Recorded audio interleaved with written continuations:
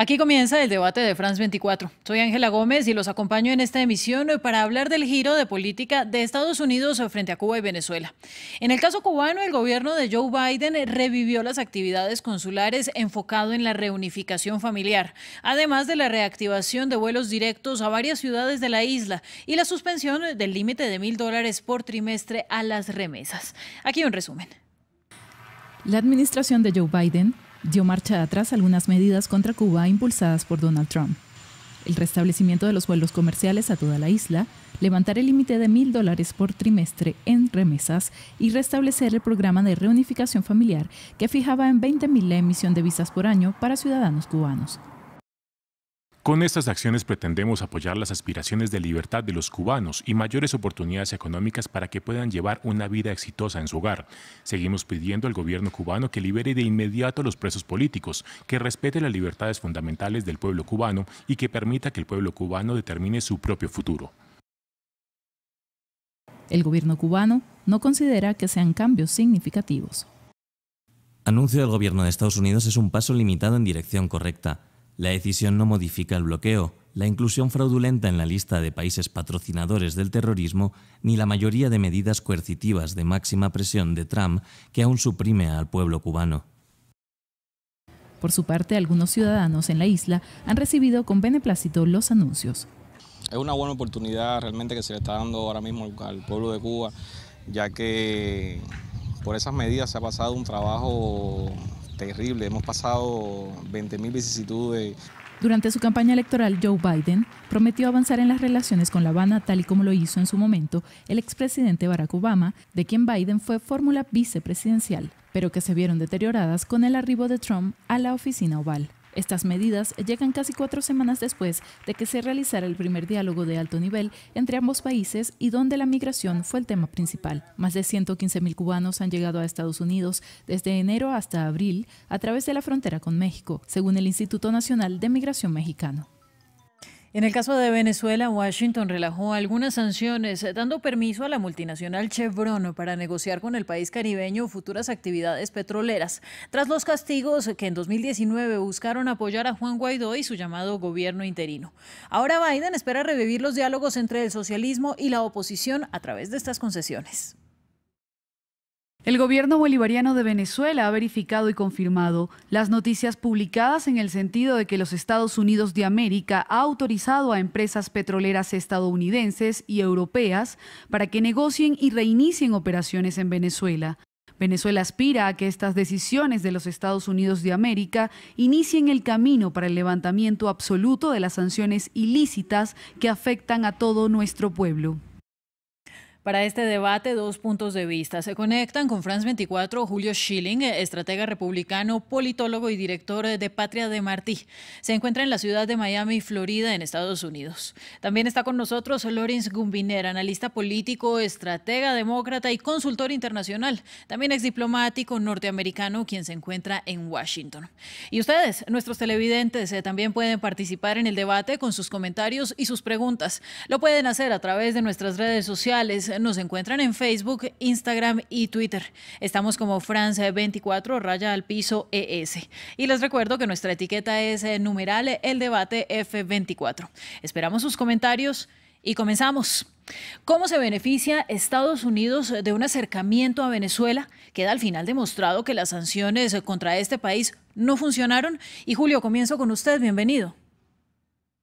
Un placer, Ángela, estar contigo y con todo el equipo de France 24. Los Estados Unidos no se beneficia para nada. O sea, vemos una gran contradicción. Por un lado, una política moral enfocada a ayudar la democracia y combatir el despotismo en Europa, en el apoyo a Ucrania. Y sin embargo, por otro lado, vemos un acercamiento con dictaduras que, dicho sea de paso, son íntimos aliados del dictador Putin, como es Cuba comunista y la dictadura en Venezuela. De modo de que los Estados Unidos en ningún sentido se beneficia y está ejerciendo una doble moral que precisamente envía mensajes sumamente equivocados y demuestra que no hay ninguna brújula moral en la política exterior de la actual administración. Bueno, Lorenz, la misma pregunta para usted. ¿Es momento de que la Casa Blanca empiece a dar muestras de una política diferente después de sanciones en 2019 que no han cambiado realmente la situación política de Venezuela? Sí, muchas gracias, Ángela, y gracias a France 24 para esta invitación. Yo creo que claramente el propósito de esas medidas que son muy menores, no son muy significativos, pero son como zanahorias para traer al gobierno de Nicolás Maduro a la mesa de negociaciones y ojalá llegar a un acuerdo político diplomático para resolver la crisis allá. Entonces, y esas medidas fueron pedidas por la oposición. La misma oposición pidió un aflojamiento de la presión económica para tratar de abrir camino a una reanudación de negociaciones. Ahora, hay dos otros temas que son muy importantes y que juegan tanto con Venezuela como Cuba. Y el primero es la migración. Estados Unidos está viendo una migración desde Venezuela y Cuba que está alzando tremendamente y tiene muy preocupado el gobierno del presidente Biden por su vulnerabilidad en las elecciones y vulnerabilidad doméstica. También viene la Cumbre de las Américas en Los Ángeles, junio 6 a 10, en cual muchos países importantes han declarado que no van a participar si no está incluido Venezuela, Nicaragua, Cuba, lo más importante de ellos siendo México. Entonces, también el gobierno está buscando un camino para llegar a un entendimiento, por lo menos para que participen esos países importantes en Los Ángeles. Bueno, y de eso vamos a hablar en un momento, vamos a ir abordando tema por tema. Ahora mismo quisiera que nos quedáramos en el tema de los diálogos, porque en todo caso se ha manejado con bastante hermetismo por parte de la Casa Blanca este nuevo acercamiento con Venezuela. Se han visto reuniones de diplomáticos, se ha visto un leve levantamiento de las sanciones, son muchas de las más fuertes que fueron impuestas en el 2019, pero Joe Biden asegura que esto no implica que va a haber más ganancias o que va a haber ingresos para el gobierno de Nicolás Maduro. ¿Qué gana Venezuela y qué gana Estados Unidos en este caso para usted, Lorenz?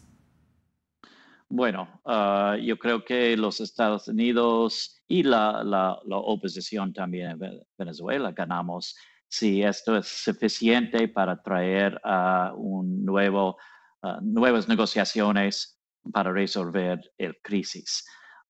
Es una medida muy menor. Chevron, basado en esto, Chevron tiene el derecho de empezar a negociar. No es nada más de ahí. Entonces es muy menor, pero es significativo simbólicamente. Para Venezuela yo creo que sí es muy importante porque han vivido una crisis económica tremendo por años y estas sanciones han pegado muy duro al pueblo de Venezuela más que todo. Los líderes de Venezuela no están sufriendo, es el pueblo que ha sufrido más que cualquier. Entonces, esto piensan que es un camino de abrir poquito sus mercados de petróleo y también para tener más legitimidad para la administración. Y eso es un riesgo para el gobierno de Biden. No hay duda que si está ofreciendo poquito de ayuda a legitimar la administración de Nicolás Maduro, ese puede ser un paso un poquito delicado. Bueno, y del otro lado, de la otra arista, Julio, ¿usted cree que tienen algún futuro estos movimientos que podrían permitir realmente que se reactiven de forma productiva los diálogos en Venezuela? ¿Usted cree que gana algo Estados Unidos si se logra reactivar el diálogo entre la oposición muy dividida en el país y el socialismo representado hoy por Nicolás Maduro? Se hace un gran desfavor a la causa de la libertad y la democracia cuando se confunden conceptos básicos y se da a entender un régimen dictatorial por el país. O sea, decir una medida contra Cuba o una medida contra Venezuela, no. Una medida contra la dictadura castrocomunista, una medida contra el madurismo socialista. O sea, estos regímenes no representan a su pueblo, no son los líderes soberanos del país. Entonces eso es muy importante mantener en cuenta porque se establece una equivalencia inexistente entre el régimen dictatorial, que yo supongo que todos estamos de acuerdo, que lo que hay en Cuba y lo que hay en Venezuela es una dictadura. Segundo, es incierto que la oposición venezolana de forma unísono está pidiendo un diálogo con la dictadura de Nicolás Maduro. No es el caso. Que lo pida Juan Guaidó no quiere decir que es de una forma singular la oposición. Recordemos que si es cierto lo que ha publicado John Bolton, el exministro del presidente Trump, pues habían miembros de la oposición que directamente no querían que los Estados Unidos y otros aliados democráticos de la región tomaran una medida rescatadora para liberar a Venezuela de la dictadura socialista que está en el poder, que no es nada más que una colonia de Cuba comunista, dicho sea de paso. Bueno, es que Julio, definitivamente no hay muchísima claridad sobre lo que está pasando en estas relaciones de Estados Unidos y Venezuela con este nuevo enfoque que le está entregando Joe Biden. Creería yo que tenemos que esperar a que avancen un poco más las cosas, a que haya un mayor desarrollo para entender realmente, pues, para dónde van estos intentos de revivir las negociaciones. Mira, ¿Usted qué opina? El problema, Ángela, es que hay que entender el modelo dictatorial que está en el poder en Venezuela. Es el prototipo que surgió a raíz del Foro de Sao Paulo tras la caída del comunismo soviético.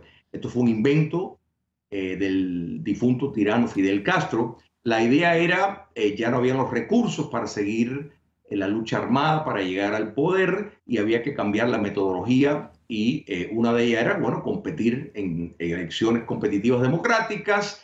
Una vez que llegaban al poder, empezar a desmantelar el orden democrático y mantener un simulacro de una democracia. O sea, podemos estar de acuerdo que Hugo Chávez ganó en las primeras elecciones, pero a partir de ahí es un debate serio, igual que es el caso en Nicaragua, y podemos añadir Bolivia también. De modo de que un diálogo, de verdad, con un poder político que está renegado a abrirse los espacios necesarios, que son precondiciones para realmente poder poner el poder político en un entorno competitivo entre fuerzas plurales del país. Venezuela está muy distante de ser eso, de modo de que un diálogo es simple y llanamente un mecanismo para entretener a los Estados Unidos, buscar recursos que quien más benefician es al poder político. El problema de la miseria crónica que hay en Venezuela y en Cuba comunista es sistémica el problema. Claro. Y está, o sea, dirigido desde el poder político. Ellos saben las cosas que tendrían que hacer si quisieran mejorar su economía. No lo hacen por miedo a perder el poder político. Bueno, estamos hablando precisamente de ideología, Lawrence y Julio, y en el espíritu de seguir enriqueciendo pues el debate, pues vamos a conversar entonces ahora del otro protagonista de esta historia, que es Cuba y este cambio de restricciones de los Estados Unidos. Lawrence, la crisis migratoria, usted la mencionaba brevemente al inicio de este debate, ¿esa es la respuesta a la nueva política estadounidense frente a la isla? Bueno, es parte de la situación. Con Cuba, igual con Venezuela, parte de la situación es relacionado con la migración que ha subido, y parte también está relacionado con la misma cosa de Cumbre de las Américas. Pero sí hay diferencias grandes. Este viene después de un policy review. Desde que empezó Joe Biden en el gobierno, hicieron un policy review, y ahora decidieron que era tiempo de empezar a aflojar poquito las sanciones muy duras que había impuesto Donald Trump. Ahora, las sanciones contra Cuba, estamos de acuerdo con Julio que Cuba es una dictadura, que el gobierno no representa al pueblo, tampoco en Venezuela. Lo que no estamos de acuerdo es cómo cambia la situación. En Cuba tenemos 60 años de un embargo económico y no ha hecho nada para mejorar la situación en la isla. Entonces, el mismo gobierno cubano está contento con el embargo porque ellos utilizan el embargo para justificar sus medidas antidemocráticas. Entonces, la idea de empezar así, con este aflojamiento, es ofrecer algo con las remesas, con el sector privado, que estaba creciendo cuando Obama dejó el poder. El sector privado cubano, pequeños empresarios estaban creciendo con el apoyo de los Estados Unidos.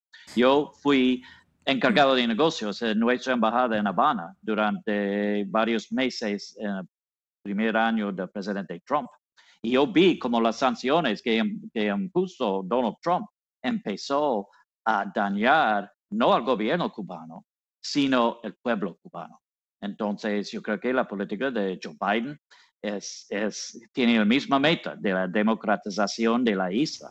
La cuestión es cómo llegar a ese punto y también cómo mejorar la situación en la isla para el cubano común y corriente. ¿Y cómo eso afecta hacia el interior del país? Podemos estar de acuerdo los tres en que efectivamente estamos volviendo con este nuevo gobierno a donde se quedó la política cuando Barack Obama estaba en el poder. Joe Biden, como su vicepresidente, ahora presidente del país, pues se retorna a este camino de suavizar las restricciones y de, lo dice usted, Lawrence, apoyar al pueblo cubano. Mientras tanto, se anuncian los planes de bloqueo de Biden, que quería levantar el título 42, esa medida polémica del expresidente Donald Trump que se escudó en la pandemia y que permitió la expulsión de indocumentados de la frontera sin que se les tramitara su solicitud de asilo. En este momento la demanda de los estados ganó, diciendo que se volcaría muchísimo mayor la migración si es que se levanta este título 42.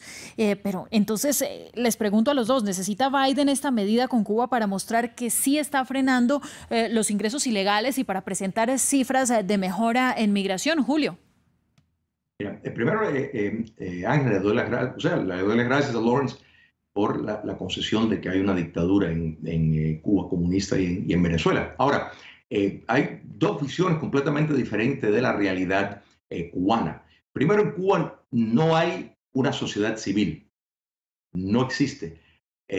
La sociedad, existe un simulacro de una sociedad civil. Y esto es muy importante entender, porque relaciones que se basan en comercio como un medio para mejorar con regímenes de dominación total como el que existe en Cuba, solo terminan fortaleciendo a la dictadura. China y Vietnam son ejemplos de esa política fracasada. Y el embargo es cierto que lleva 6 décadas, pero a la misma vez no se ha aplicado de una forma coherente.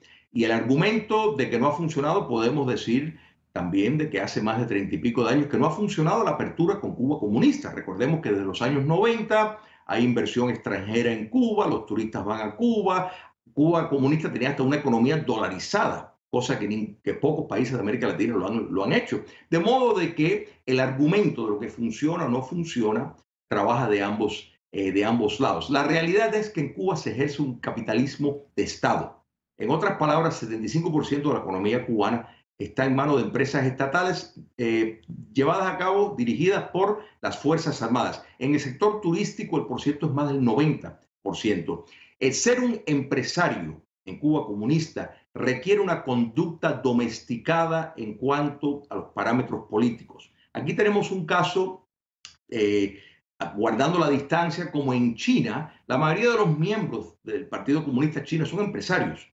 Hay una razón por eso, porque China comunista ha logrado establecer para los claves al éxito y los accesos a crédito y facilidad para exportar y poder producir, tener un acercamiento con el régimen dictatorial. Lo mismo ocurre en Cuba. Quienes más se han beneficiado del intercambio con los Estados Unidos han sido las empresas estatales como Gaesa, que han engordado sus filas precisamente por esto. Y la noción de que el turismo, otra falsedad. China ha sido el segundo, antes de la pandemia, el segundo lugar de turista del mundo, y los turistas no han llevado la democracia a China. De modo de que en regímenes autoritarios, si hay un argumento, Corea del Sur, Taiwán, Brasil, Grecia, son ejemplos No, de claro, regímenes Julio, autoritarios yo le que entiendo, sí pero pues hay transitaron. una realidad que no podemos eludir y es que durante la pandemia, por ejemplo, China cerró completamente sus puertas a los viajes. Es hasta este momento que se ha vuelto a abrir muy lentamente y bueno, tenemos como resultado de su política COVID-0 con esta mínima apertura, pues que han aumentado los casos. Ahora, el caso de la isla, pues es un caso en el que el turismo era vital. Es tan vital que en este momento la gente muere de hambre en La Habana y en las ciudades cubanas. Pero quisiera que no nos quedáramos demasiado en esto para que podamos avanzar. Y seguro que mi siguiente pregunta le va a interesar también mucho, Julio, porque aquí quiero preguntar cómo le va a cobrar el Congreso de Estados Unidos a Biden esta nueva apuesta que está haciendo por Cuba y por Venezuela, porque el Congreso de todas maneras cobra duro. No todos los demócratas están en todo caso de acuerdo con esta nueva política de relajación ante los dos países que lo han dicho ustedes dos, son considerados por el gobierno norteamericano como dictaduras. Y en este caso quisiera empezar por usted, Lawrence, y ya paso a darle la palabra nuevamente, Julio. Bueno, la realidad es que, especialmente con Cuba, es más política doméstica que política exterior. Y ha sido eso casi siempre. Entonces, lo que hace los Estados Unidos con Cuba tiene mucho enfoque en el impacto dentro de los Estados Unidos. Y en este año es un año de elecciones, entonces es aún más prominente esa situación, que tiene mucho con enfoque en las elecciones de noviembre. Para la administración de Biden, ellos piensan que si pueden bajar la migración irregular y aumentar y tener bajo control la migración regular, puede mejorar su situación electoral. Y por el otro lado, al lado de republicanos, van a tratar de, especialmente los republicanos en el Congreso y los que están en campaña, van a tratar de castigar a Joe Biden por estas aperturas. Entonces, va a ser una batalla entre los dos. Ahora, tanto Joe Biden como Donald Trump, como todos los presidentes, han hecho esas medidas bajo órdenes ejecutivos, porque el Congreso básicamente no puede, muy difícil para el Congreso interferir bajo órdenes ejecutivos, y el mismo presidente hace eso bajo orden ejecutivo, porque sabe que el Congreso está congelada en cuanto a la legislación pertinente. El embargo es una legislación, quitarlo requeriría un voto del Congreso, y los demócratas saben que no tienen los votos para quitar el embargo. Es por esa razón que tanto Barack Obama como Joe Biden está actuando bajo órdenes ejecutivos que están dentro de su poder. Y en su momento, pero ese tema va a ser, sí, Donald Trump hizo lo mismo, y es porque el Congreso está muy congelado, muy difícil que el Congreso actúe en esas maneras. Entonces, y esto va a ser una cuestión de campaña, especialmente en la Florida, es un tema muy poderoso, pero en otras partes también, donde hay cubano-americanos que tienen un poder político, tanto poder económico, y están muy activos. No, mire, la población hispana y la población cubana son muy relevantes en el país, cada día más, eso es innegable. Y dicho esto, pues Julio, ¿cuál es su opinión? Pero tú, Ángela y Lawrence tocaron un punto muy importante y que quiero volver a él en cuanto a lo que es la inmigración y el impacto en las elecciones. Pero hay que estar claro que el turismo, tomando en cuenta que las empresas castristas controlan en el sector turístico, sobre todo el 90% de la economía, el turismo no beneficia básicamente en nada al pueblo cubano. Las protestas masivas del 11 de julio del año pasado, donde cientos de miles de cubanos salieron a protestar espontáneamente en más de 72 localidades a través de la isla, exigían libertad, exigían el fin del dominio comunista, no pedían visas para salir, no pedían acceso a productos americanos, no pedían turistas. Yo creo que ahí es donde está la clave, y de la forma en que está constituido la economía cubana en la actualidad, toda esa transferencia de riqueza. Es más, el presidente Biden acaba de autorizar el 10 de mayo, que probablemente va a ser retado en las Cortes, una inversión extranjera directa de inversores estadounidenses a una compañía cubana. En otras palabras, compañía cubana, estamos hablando de una compañía estatal, porque en Cuba comunista, repito, la economía está dominada y lo que se ejerce es capitalismo de Estado. De modo de que esto supongo que va a ser retado en las cortes, viola el acto de libertad, pero la suposición de que por medio de intercambio comercial van a mejorar la condición de vida de los cubanos es una falacia. La inmigración es muy importante y podemos decir, les mencioné el 11 de julio del año pasado, que fue pues un levantamiento popular pacífico en Cuba. Bueno, unos meses después, en noviembre, la dictadura castrista negocia con Nicaragua la libre salida de todos los cubanos que quieran salir por Nicaragua. También negoció con México, con el gobierno de López Obrador, de que los cubanos no fueran molestados en su travesía hacia los Estados Unidos. En otras palabras, la inmigración, el éxodo como arma, ha sido utilizado por la dictadura comunista de La Habana en más de 4 ocasiones, y eso es lo que está utilizando. Y sin duda esto pone, y en esto estoy de acuerdo con Lawrence, una presión extraordinaria en la administración de Joe Biden. La reunión los otros días de representantes de la dictadura cubana en Washington, en efecto fue para hacer las exigencias que estamos viendo ahora poniéndose en vigencia. Y considero que el presidente Biden ya da por hecho que la Florida la va a perder, como tú bien mencionaste, Ángela, por el voto no solo de cubanos, de venezolanos, de nicaragüenses, de bolivianos, de colombianos que están huyendo de la posibilidad de que caiga un candidato de la izquierda radical en el poder. Entonces estamos viendo que consideramos que el presidente Biden ya dio por hecho que la Florida está perdida. El propio senador Bob Menéndez pues ha criticado fuertemente estas acciones del presidente Biden, pero hay otros estados que la inmigración en la frontera sur, en la tragedia de la frontera sur puede repercutir, y yo creo que es hacia eso donde está apuntalando la administración actual para tratar de rescatar al menos otros estados que pueden formar parte del tsunami republicano que se espera venir en noviembre. Pues sí, mire, en el caso de Colombia le tendría que refutar que pues es diferente la naturaleza que usted cita para una posible migración que exista, y bueno, sobre eso habrá que ver, y aquí estaremos en France 24 para reportarlo. Para nuestro siguiente tema, quisiera continuar primero con usted, Julio, solamente porque Lawrence ya lo mencionó desde su primera intervención, y es que cuesta creer que los últimos movimientos de Estados Unidos son casualidades cuando estamos precisamente en la antesala de la Cumbre de las Américas. Y aquí la pregunta para los dos: ¿está cediendo la Casa Blanca ante esta presión que tanto hemos hablado, en este caso de los países que amenazan con no asistir? Porque ya varios latinos fueron los que sentaron la voz de protesta. Lo hicieron México, uno de los socios comerciales más importantes de Estados Unidos, Guatemala, Bolivia, Honduras, los miembros del CARICOM, estos países de Centroamérica, además que pues tienen tantos negocios y tanto que discutir con Estados Unidos por la migración ilegal. Y Argentina y Chile, aunque ya mostraron desacuerdo con que Venezuela y Cuba no puedan estar presentes. Entonces, ¿cuál es su opinión sobre todo esto, Julio? Cómo no. Recordemos que la Cumbre de las Américas es una extensión de la Organización de Estados Americanos.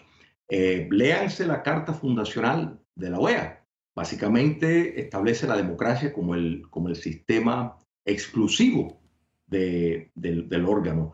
El sentar dictadores al lado de presidentes democráticamente elegidos es un gran error que solo sirve al despotismo continental. De modo de que si estos países que tú has mencionado, que todos tienen gobiernos que de una forma u otra simpatizan y tienen relaciones muy estrechas con el castrocomunismo y la dictadura en Venezuela, pues si no quieren asistir, allá ellos. Los Estados Unidos, mira, si algo ha demostrado la guerra en Ucrania, la agresión rusa, es la inutilidad de organismos como las Naciones Unidas, como bien dijo el presidente Zelensky, porque si no puede resolver un conflicto porque tienen el bloqueo de uno de los actores del mal, eso es el resultado de esa equivalencia falsa y errada de tener dictadores al lado de demócratas. Las Américas no deben repetir ese error, y sí debe ser un club exclusivo para regímenes democráticos,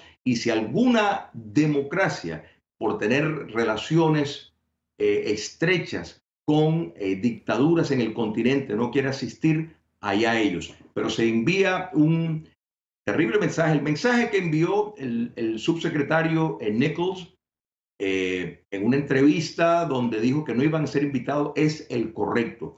Los Estados Unidos no debería de quebrarse ante el chantaje de países que son regímenes, de nuevo, que tienen apegos emocionales e ideológicos con dictaduras que cometen crímenes de lesa humanidad. Y yo creo que en eso estamos todos de acuerdo. Bueno, aunque usted está diciendo lo que sería coherente con el manejo histórico que ha dado pues Estados Unidos a estos temas y principalmente a Cuba y a Venezuela, Lawrence, ahora quisiera preguntarle a usted, ya hablando en la realidad, pues yo no sé qué tanto sea allá ellos, porque es que esta es la cumbre de las Américas y estamos hablando de la influencia de los Estados Unidos con América Latina, con sus socios comerciales, con una región del mundo que está en pleno auge y que pues es el centro y el polo de explotación que espera, por supuesto, Estados Unidos. ¿Usted cómo ve la posición de Joe Biden en este momento entre la espada y la pared con países que dicen que no van y buscando la posibilidad de que haya, si no bien representación oficial del país, sí algunos enviados para hablar en nombre, por ejemplo, de Cuba, ¿no? Eso no está confirmado, hay que decirlo también. Sí, todavía no han confirmado, aunque lo que dijo Julio es correcto, que ya, y dentro de las embajadas ya han ido a los gobiernos anunciando que ni México, ni Venezuela, ni Cuba, ni Nicaragua iban a ser invitados.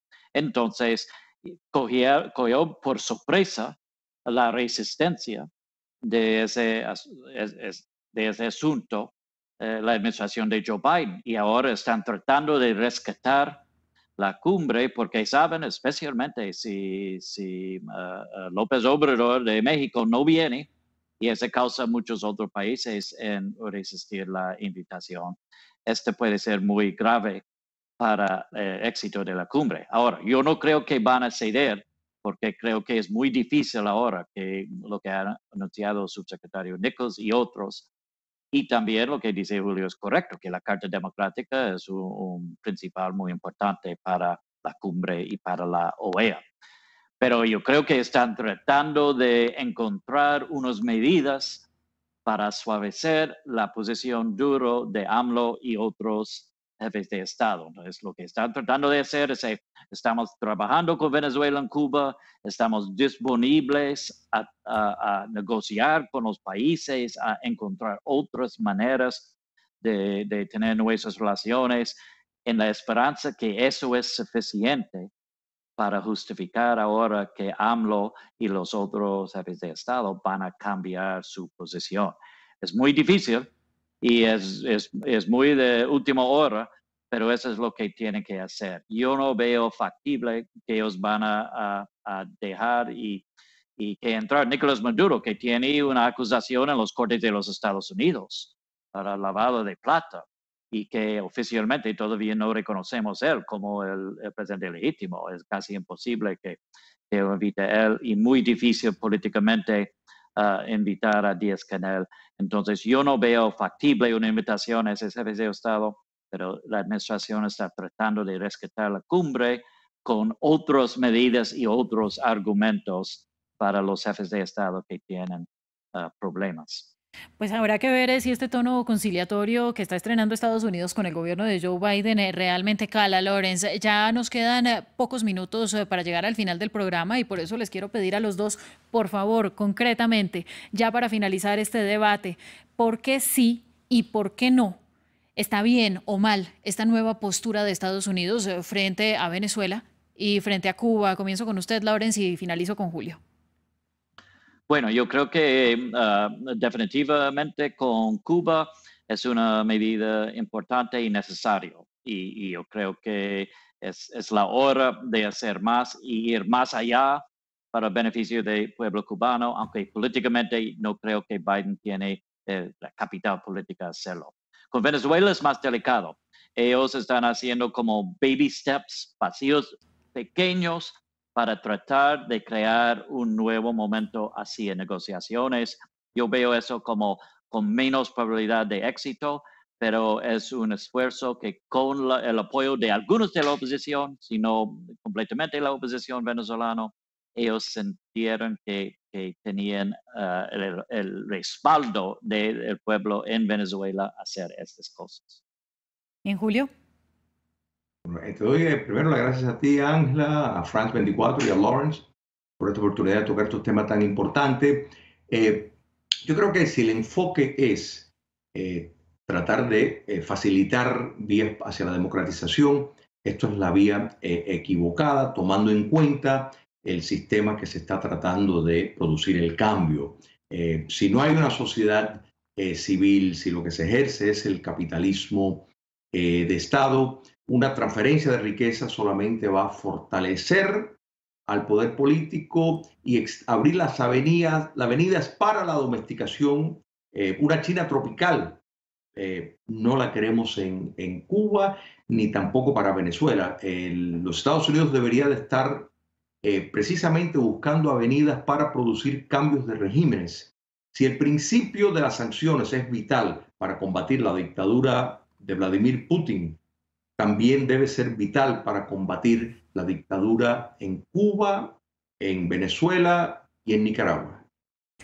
Pues bien, el agradecimiento realmente es para ustedes por un diálogo que fue sincero, que fue honesto, que fue respetuoso, pero además que se mantuvo fiel a las posturas políticas en Estados Unidos y pues que tienen ustedes también en sus casas.